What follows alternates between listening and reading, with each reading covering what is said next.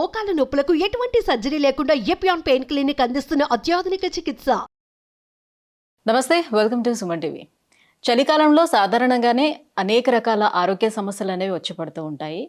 అలానే గుండెపోటు సమస్యలు కూడా చలికాలంలో వస్తూ ఉంటాయి. ఎందుకు ఈ చలికాలంలోనే గుండెపోటు సమస్యలు ఎక్కువగా ఉంటాయి? దీనికి రీజన్ ఏంటి? ఈ విషయాలపై అవగాహన కల్పించేందుకు మనతో పాటు ఉన్నారు డాక్టర్ కిరణ్ గారు, cardiologist from onus robotic hospital, Champapet. Hello sir. నమస్తే అండి. సార్, సో చలికాలం వచ్చింది అని అంటే రకరకాల అప్పటి వరకు దాగి ఉన్న ఎటువంటి ఆరోగ్య సమస్యలు అయినా కూడా అవి మళ్ళీ రిపీట్గా వాళ్ళకి రావడం లాంటివి జరుగుతూ ఉంటాయి. సో ఎక్కువగా చలికాలంలో గుండెపోటు సమస్యలు వస్తూ ఉంటాయని చెప్తూ ఉంటారు. ఎందుకు వింటర్ సీజన్లోనే అధికంగా ఉంటాయి? నమస్తే అండి, నేను doctor Kiran Lakkireddy, senior international cardiologist, Onus heart institute, Onus robotic hospital, Champapeta, Hyderabad. So this is very important question. ఎందుకంటే మనకు క్లాసికల్గా మేము చదువుకునేటప్పుడు కూడా టెక్స్ట్ బుక్స్లో heart attacks tends to rise in winter, అంటే వింటర్లో, చలికాలంలో కోల్డ్కి ఎక్స్పోజర్ అయినప్పుడు హార్ట్ అటాక్స్ ఎక్కువగా వచ్చే అవకాశం అనేది there is a clear cut line, underline చేసుకునే సెంటెన్స్ ఉంటుంది మాకు.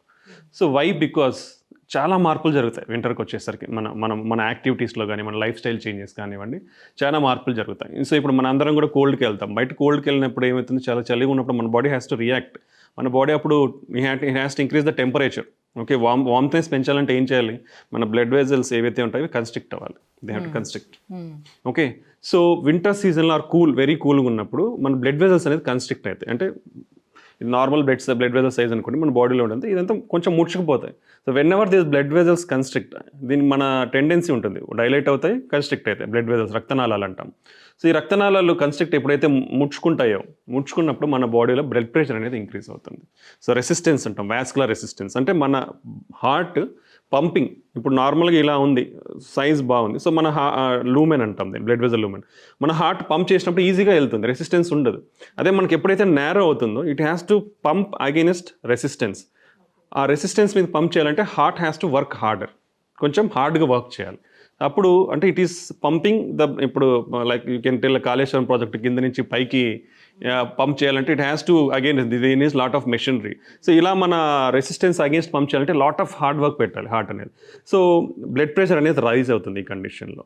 సో ఈ బ్లడ్ ప్రెషర్ రైజ్ అవ్వడము ప్లస్ హార్ట్ వాకింగ్ కండిషన్ అనేది స్ట్రెస్కి గురవ్వడము. సో ఈ రెండు పెరిగినప్పుడు మన బాడీలో చాలా మార్పులు జరిగే అవకాశం ఉంటుంది. ఈ బ్లడ్ ప్రెషర్ రైజ్ అవ్వడం వల్ల మన ఏదైతే రక్తనాళాల్లో కొలెస్ట్రాల్ అక్యుములేషన్ అనేది అయి ఉంటుందో అది రప్చర్ అయ్యే ఛాన్స్ ఉండొచ్చు. రప్చర్ అయ్యి మనకి హార్ట్ అటాక్ వచ్చే అవకాశం ఉండొచ్చు. రెండోది సప్లై డిమాండ్ మిస్ మ్యాచ్ అంటాం. అంటే హార్ట్ అనేది ఈ రెసిస్టెన్స్కి అగెనిస్ట్గా పనిచేయాలంటే చాలా హార్డ్గా వర్క్ చేయాలి. మన హార్ట్ రేట్ అనేది పెరుగుతుంది. ఎప్పుడైతే మన హార్ట్ రేట్ అనేది పెరుగుతుందో, అంటే అడిక్వేట్ బ్లడ్ సప్లై చేయాలంటే బాడీకి, అప్పుడు మన డయాస్టోలిక్ ఫిల్లింగ్ టైం అంటే మన హార్ట్ ముడుచుకోవడం, తెరుచుకోవడం జరుగుతుంది. సో ఈ రిలాక్స్ అవ్వడం అనేది తగ్గిపోతుంది. హార్ట్ రేట్ పెరిగినప్పుడు రిలాక్సేషన్ టైం అనేది తగ్గిపోతుంది. తగ్గినప్పుడు మనకి బ్లడ్ అనేది తక్కువ వస్తుంది. సో ఈ తక్కువ వచ్చినప్పుడు పంపింగ్ చేసేటప్పుడు తక్కువ అయ్యే అవకాశం ఉంటుంది. ఈ సప్లై డిమాండ్ మిస్ మ్యాచ్. మన హార్డ్గా వర్క్ చేయాలంటే డిమాండ్ ఎక్కువ ఉంటుంది, బట్ డయాస్టోలిక్ టైం తగ్గడం వల్ల, అంటే రిలాక్సేషన్ టైం తగ్గడం వల్ల మనకి బ్లడ్ ఫ్లో అనేది తగ్గుతుంది. ఈ సప్లై డిమాండ్ మిస్ మ్యాచ్ గురైనప్పుడు కూడా మనకి హార్ట్ స్ట్రెస్కి గురవడం వల్ల హార్ట్ అటాక్ వచ్చే అవకాశం ఉండొచ్చు. ఇది second thing. One more thing, ఈ వింటర్ సీజన్లో సేమ్ వాసో కన్స్ట్రిక్షన్ అంటుంది. అలానే మన గుండె మీద ఉండే రక్తనాళాలు కూడా ముడుచుకుపోయే టెండెన్సీ ఉంటుంది. ఈ ముడుచుకుపోయే టెండెన్సీ ఉండడం వల్ల వాసో కన్స్ట్రిక్షన్ అంటాం. This is called vasospastic angina అంటాం. ఈ మన గుండె రక్తనాళాలు కూడా ముడుచుకోవడం వల్ల సప్లై అనేది తగ్గిపోయి చెస్ట్ పెయిన్ అందుకు వచ్చే అవకాశం ఉంటుంది. ఇలా మల్టిపుల్ రీజన్స్ ఉన్నాయి. దెన్ నెక్స్ట్ తీసుకుంటే ఏమవుతుంది, మన లైఫ్ స్టైల్ విధానాలు అనేది మారుతుంది. బయట ఎక్కువ తిరగము, కూర్చొని ఎక్కువ ఉంటాం, మోర్ ఫుడ్ తీసుకుంటాం, లేజీగా ఉంటాం, మోర్ ఫుడ్ తీసుకుంటాం, పని తగ్గుతుంది, అంటే అవుట్పుట్ తగ్గుతుంది, ఇంటేక్ పెరుగుతుంది. So leading to miss match, మన అబ్నార్మల్ కొలెస్ట్రాల్ లెవెల్స్ కానివ్వండి, షుగర్ లెవెల్స్ రైజ్ అవ్వడం కానీ ఇలా జరిగే అవకాశం ఉండొచ్చు. సో ఈ లైఫ్ స్టైల్ చేంజెస్ వల్ల మన అబ్నార్మాలిటీస్, కొలెస్ట్రాల్ అబ్నార్మాలిటీస్ కానివ్వండి, షుగర్ కానీ ఇవన్నీ రైజ్ అయ్యే ఛాన్స్ ఉంటుంది. ఎప్పుడైతే ఇవన్నీ ఎక్కువ అవుతాయో then more tendency to get heart attacks, అంటే మన బాడీలో ఇన్ఫ్లమేషన్ అనేది కూడా పెరిగే అవకాశం ఉంటుందన్నమాట. సో ఇది ఒక రీజన్. నెక్స్ట్ వచ్చేసి యూజువల్గా వింటర్ సీజన్లో వాటర్ తక్కువ తాగుతాం, డిహైడ్రేషన్ ఉండే ఛాన్స్ ఉంటుంది. సో డిహైడ్రేషన్ వల్ల మన బ్లడ్ విస్కోసిటీ అనేది, అంటే విస్కోసిటీ అనేది అందరం ఫిజిక్స్లో చదువుకుంటాం, ఫ్రీ ఫ్లో అనేది జరుగుతూ ఉన్నప్పుడు విస్కస్ తక్కువ ఉండదు. ఎప్పుడైతే విస్కోసిటీ అనేది ఎక్కువ ఉంటుందో బ్లడ్ అంతా మందబడడం అంటాం. ఈ మందబడినప్పుడు ఏంటంటే మనకు బ్లడ్ క్లాట్ అయ్యే ఛాన్సెస్ ఎక్కువ ఉంటాయి. సో ఇలా మల్టిపుల్ రీజన్స్ వలన. దెన్ వన్ మోర్ థింగ్ ఏంటంటే ఈ సరైన హైడ్రేషన్ లేకపోవడం వల్ల, డిహైడ్రేషన్ వల్ల ఎలక్ట్రోలైట్ ఇంబ్యాలెన్సెస్ వచ్చే అవకాశం ఉండొచ్చు. ఈ ఎలక్ట్రోలైట్ ఇంబ్యాలెన్సెస్ వల్ల కూడా మన హార్ట్ రేట్ ఫ్లక్చుయేషన్స్ జరిగే అవకాశం ఉండొచ్చు.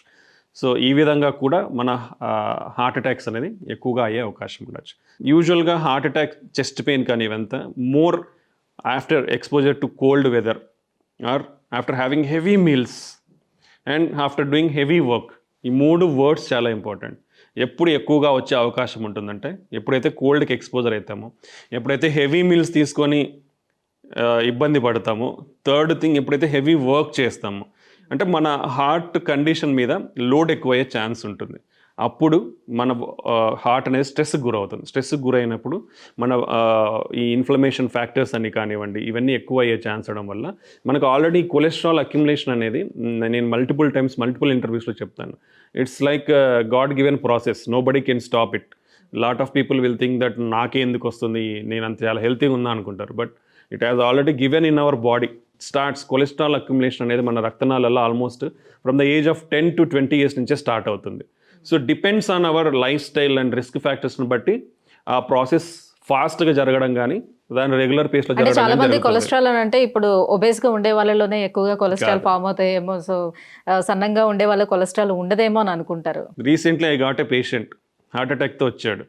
ఈజ్ బీపీ ఉండదు, షుగర్ లేదు, he's healthy farmer, he regularly travels, okay, ఏమీ లేవు, but still he got major heart attack. We tested his cholesterol is high. Okay, so ఇవన్నీ సంబంధం లేదు. మన బాడీలో process, you had a process, it starts from the age of 10 to 20 years. So ఈ process అనేది 10 to 20 years నుంచి start అయినప్పుడు it can be affected by lot of things. ఇప్పుడు నీ స్ట్రెస్ ఎట్లా ఉంది, అంటే ఇది అంటే కొలెస్ట్రాల్ అనేది కూడా జెనెటికల్ గా ఉంటుందా సార్?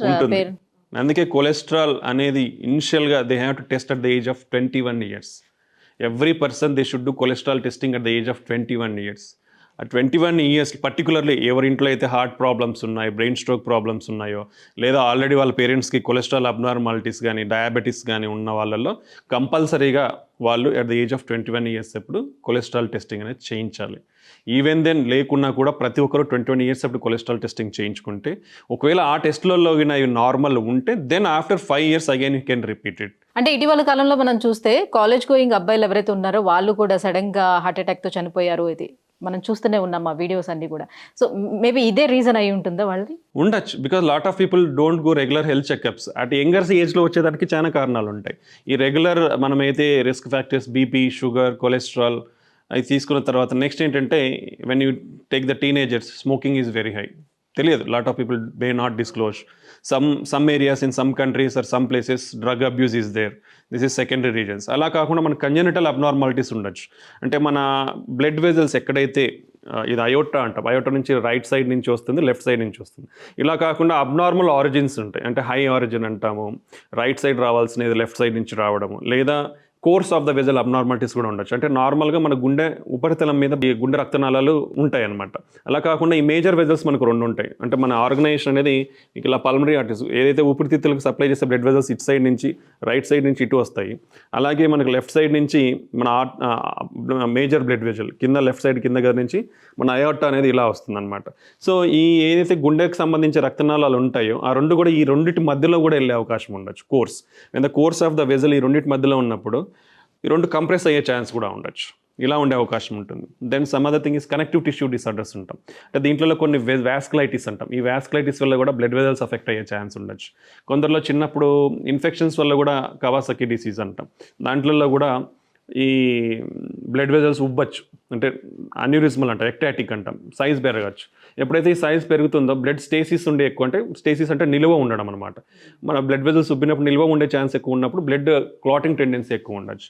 లేదా ఇన్హెరిటెంట్గా బ్లడ్ క్లాటింగ్ ఫ్యాక్టర్స్, అంటే మన ఏదైతే బ్లడ్ పల్చగా కాకుండా రక్తం గడ్డగట్టే ఫ్యాక్టర్స్, క్లాటింగ్ ఫ్యాక్టర్స్ అనేవి ఉంటాయి. ఇవన్నీ జెనెటికల్ అబ్నార్మాలిటీస్ ఉండే అవకాశం ఉండొచ్చు. సో ఇలా మల్టిపుల్ రీజన్స్ ఉండొచ్చు యంగ్స్టర్స్లో రావడానికి. Even strong familial history, genetics may play role in youngsters రావడానికి. సో ఇవన్నీ extra factors. Even childhood obesity అనేది ఎక్కువ అవుతూ ఉంది. So that may be another factor for increasing rise of heart attacks in teenagers. So ఈ అన్ని కారణాలలో కూడా ఈ టీనేజ్లో కూడా వచ్చే అవకాశం ఉంటుంది, apart from regular risk factors. ఈ విధంగా కూడా హార్ట్ అటాక్స్ అనేది యంగ్స్టర్స్లో ఎక్కువ వచ్చే అవకాశం ఉండొచ్చు. బట్ వింటర్లో particularly because of all these factors, మన వర్క్, స్ట్రెస్, గుండె మీద పడే భారం ఎక్కువ అవుతుంది కాబట్టి చలికి బ్లడ్ వెజల్ కన్స్ట్రిక్ట్ అవ్వడం వల్ల. దెన్ గుండె రక్తనాళాలు ముడుచుకుపోయే అవకాశం ఉంటుంది. దెన్ మన లైఫ్ స్టైల్ చేంజెస్ వల్ల అబ్నార్మల్ ఇన్ఫ్లమేషన్ ఇవంతా పెరిగే అవకాశం ఉండొచ్చు. అండ్ కామన్లీ ఫ్లూ అనేది కూడా ఎక్కువ ఉంటుంది వింటర్ సీజన్లో. Flu or any other infections వచ్చినప్పుడు ఏమవుతుందో మన బాడీలో ఇన్ఫ్లమేటరీ రెస్పాన్స్ వచ్చింది. ఆ ఇన్ఫ్లమేటరీ రెస్పాన్స్ వల్ల కూడా అదర్ సైడ్స్లో కూడా ఇన్ఫ్లమేషన్ అనేది పెరగడం వల్ల చెడు కణాలు అనేది కొలెస్ట్రాల్ అక్యుములేషన్కి ఎక్కువ తోడ్పడే అవకాశం ఉండొచ్చు. ఆ విధంగా కూడా మనకి హార్ట్ అటాక్స్ ఎక్కువ అయ్యే అవకాశం ఉండొచ్చు. లేదా ఈ ఇన్ఫ్లమేషన్ వల్ల, ఫ్లూ వల్ల, ఇన్ఫెక్షన్స్ వల్ల సమ్టైమ్స్ మయోకార్డైటిస్, హార్ట్ వీక్ కూడా అయ్యే ఛాన్స్ ఉండొచ్చు. హార్ట్ ఫెయిల్యూర్ కూడా వచ్చే ఛాన్సెస్ ఎక్కువ ఉంటాయి. So many lot of reasons. మన హెల్త్ని ఎంత కేర్ఫుల్గా చూసుకోవాలంటే you can't avoid some things compare to ఇప్పుడున్న లైఫ్ స్టైల్. కాబట్టి చాలా కేర్ తీసుకుంటే తప్ప మనం కొన్ని సినారియోస్ అవాయిడ్ చేయలేని స్థితిలో ఉన్నాం ఇప్పుడు. సో ఆల్రెడీ గుండె సంబంధిత సమస్యలు ఉండేవాళ్ళు అండ్ ఈ చలికాలంలోని మిగతా వాళ్ళకి గుండెపోటు రాకుండా ఉండేందుకు ఎలాంటి జాగ్రత్తలు తీసుకోవాలి, ఎటువంటి లైఫ్ స్టైల్లో చేంజెస్ చేసుకోవాలి? ఫస్ట్ అట్లీస్ట్ మనం వింటర్ అంటే బయట తిరగలేం కానీ ఎక్కువ, at least day time or at least మనకి ఏదైనా కొంచెం ఇంట్లో అయినా we should at least be active. కంటిన్యూస్గా కొంచెం సేపు తిరుగుతూ ఉంటే it will be very good. Second thing is we should keep our body warm. Clothing అంతా కూడా వార్మ్ క్లోతింగ్ వేసుకోవడం చాలా మంచిది. థర్డ్ థింగ్ వచ్చేసి లైఫ్ స్టైల్. మనము ఎక్కువగా ఫుడ్ అనేది షుడ్ బ్యాలెన్స్డ్ హెల్తీ డైట్ తీసుకుంటే మంచి, like more fruits and vegetables తీసుకోవడం వల్ల we can restrict our abnormal dietary patterns. హెల్తీగా మన కొలెస్ట్రాల్ ఇవన్నీ పెరగకుండా చూసుకునే అవకాశం ఉంటుంది. దెన్ కంపల్సరీ ఆల్రెడీ ఎవరికైతే హార్ట్ ప్రాబ్లమ్స్ అనేది ఉంటాయో వాళ్ళు compulsory cholesterol lowering agents and blood thinners, ఎందుకంటే ఆల్రెడీ అఫెక్ట్ అయిన వాళ్ళు మోర్ అఫెక్ట్ అయ్యే ఛాన్సెస్ ఎక్కువ ఉంటాయి కాబట్టి వాళ్ళ బ్లడ్ థిన్నర్స్ ఎక్కువగా కంపల్సరీ వాడాల్సిన అవసరం అయితే ఉంది. సో ఈ చిన్న చిన్న మెజర్స్ తీసుకుంటే and avoid infections. Elderly people particularly they can get flu vaccinations తీయించుకుంటే వాళ్ళు ఇన్ఫెక్షన్ బారిన పడకుండా కాపాడుకునే వాళ్ళు అవుతుంది. Next, take adequate hydration. చలికాలంలో frequently if you take more water you have to go to pee, but take adequate hydration. That is most important. అంటే మన బ్లడ్ విస్కాసిటీ అనేది మెయింటైన్ చేయడానికి అడిక్వేట్ హైడ్రేషన్లో మెయింటైన్. సో ఈ స్మాల్ చిన్న steps తీసుకోవడం వల్ల వింటర్ సీజన్లో మనము ఆల్రెడీ అఫెక్ట్ అయిన వాళ్ళు కానివ్వండి లేదా రిస్క్ ఫ్యాక్టర్స్ ఉన్న వాళ్ళు ఈ హార్ట్ ప్రాబ్లమ్స్ బారిన పడకుండా కాపాడుకోవడానికి వీలుంటుంది. But thank you so much sir. చలికాలంలోనే హార్ట్ అటాక్స్ రావడానికి మేజర్ రీజన్స్ ఏంటి, సో లైఫ్ స్టైల్లో ఎలాంటి చేంజెస్ చేసుకోవాలి, విషయాలు తెలియజేసినందుకు థ్యాంక్ యూ అండి.